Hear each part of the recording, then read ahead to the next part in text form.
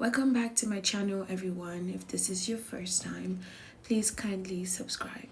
In today's video, we will be making this beautiful hair grease. You will need a blender or this traditional mortar.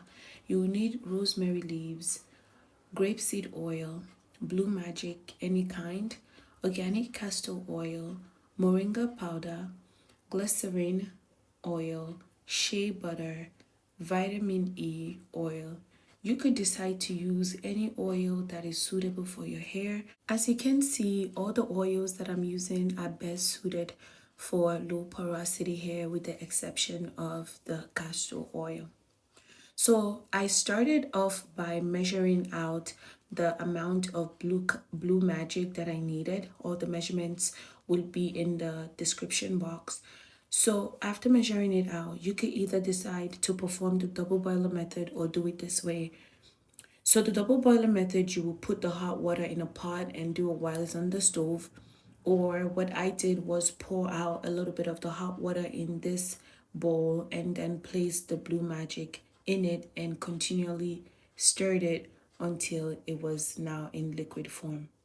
After which I then added my measured out shea butter, added it in and repeated the process. While we wait for everything to dissolve, let's talk about some of the benefits of Blue Magic Grease, since this is our first time using this on this channel. So some of the benefits include how it is a great moisturizer and conditioner for both our hair and our scalp. It prevents breakage and also minimizes split ends.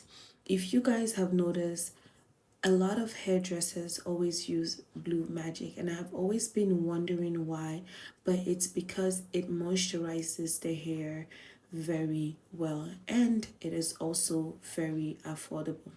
Now let's just move on. I'm trying to show you guys there are different ways, just in case you don't have a blender. This is a different way that you can blend your rosemary leaves. Now, for the sake of this grease, if you have blended or powdered rosemary, is probably best. It took me about 5 to 10 minutes to really basically like blend, or should I say pound, the rosemary leaves. So now that I'm done, I am just going to move forward with adding all the oils. Just a reminder, everything will be in the description box. So keep in mind, guys, if you have high porosity hair, make sure you are not using grapeseed oil, because grapeseed oil is best for low porosity hair. I know that castor oil is a heavy oil, which is best for high porosity hair, but the thing is, castor oil is such a great oil that I don't want to miss out on it, which is why even though I have low porosity hair, I am still using a tiny dose of black organic castor oil. Now, while I am adding this, I just want to give a shout out to every one of you for watching this video, coming back, for those that are subscribing, for those that keep commenting, those that keep liking. I truly appreciate you guys. Definitely let me know what type of videos you would like to see in the future. Now, let's get back into the video. Now, once everything has been added in, you want to go ahead and mix everything together. I'm using a plastic knife, but guys, it is imperative that every single utensil that you use or every tool you use is clean. You just don't want to use something that is dirty, that will contaminate what you're trying to make for your hair. Now it's time to strain. I have a love and hate relationship with this cheesecloth because every single thing that I'm straining is colorful. So that pretty much damages the color of the cheesecloth. But all in all, it gets the work done.